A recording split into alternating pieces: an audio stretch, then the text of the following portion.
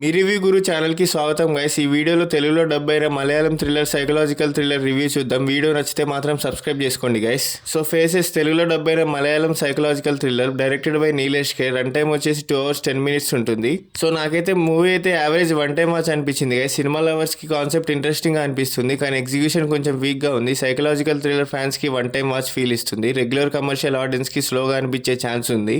So story basic line ఏంటంటే, నిత్య అనే అమ్మాయి PTSD అంటే పోస్ట్ ట్రామాటిక్ సిండ్రోమ్ డిజార్డర్తో సఫర్ అవుతూ ఉంటుంది. తర్వాత తన బాయ్ ఫ్రెండ్ మైకెల్ అనేవాడు సడన్గా డిసప్పియర్ అయిపోతాడు. తర్వాత తన బాయ్ ఫ్రెండ్ ఫేస్ చేంజెస్తో కనిపిస్తూనే ఉంటుంది. అది హెల్యూజినేషనా రియాలిటీయా అనే మిస్టరీ చుట్టూ స్టోరీ తిరుగుతుంది. సైకలాజికల్ కన్ఫ్యూజన్ అండ్ ఎమోషనల్ ట్రామాని బేస్ చేసుకొని స్టోరీ నడుస్తుంది. సో కాన్సెప్ట్ అండ్ అట్మాస్ఫియర్ చాలా బాగుంది గైస్, బట్ స్క్రీన్ ప్లే స్లోగా ఉండడం వల్ల, ఎమోషనల్ డెప్త్ కంప్లీట్గా కనెక్ట్ అవ్వకపోవడం వల్ల నాకైతే యావరేజ్ ఫీల్ ఇచ్చింది గైస్. సో ప్లస్ పాయింట్స్ ఏంటంటే, ఫ్రెష్ సైకలాజికల్ థ్రిల్లర్ కాన్సెప్ట్ అయితే బాగా వర్కౌట్ అయింది. హన్నారేజీ కోషి పర్ఫార్మెన్స్ అయితే చాలా డీసెంట్గా అనిపించింది. మిస్టరీ సెటప్ బిగినింగ్లో చాలా ఎంగేజింగ్గా ఉంటుంది. Dark mood and suspense atmosphere కూడా చాలా బాగుంది. Few scenes mentally disturbing and ఎఫెక్టివ్గా ఉంటాయి.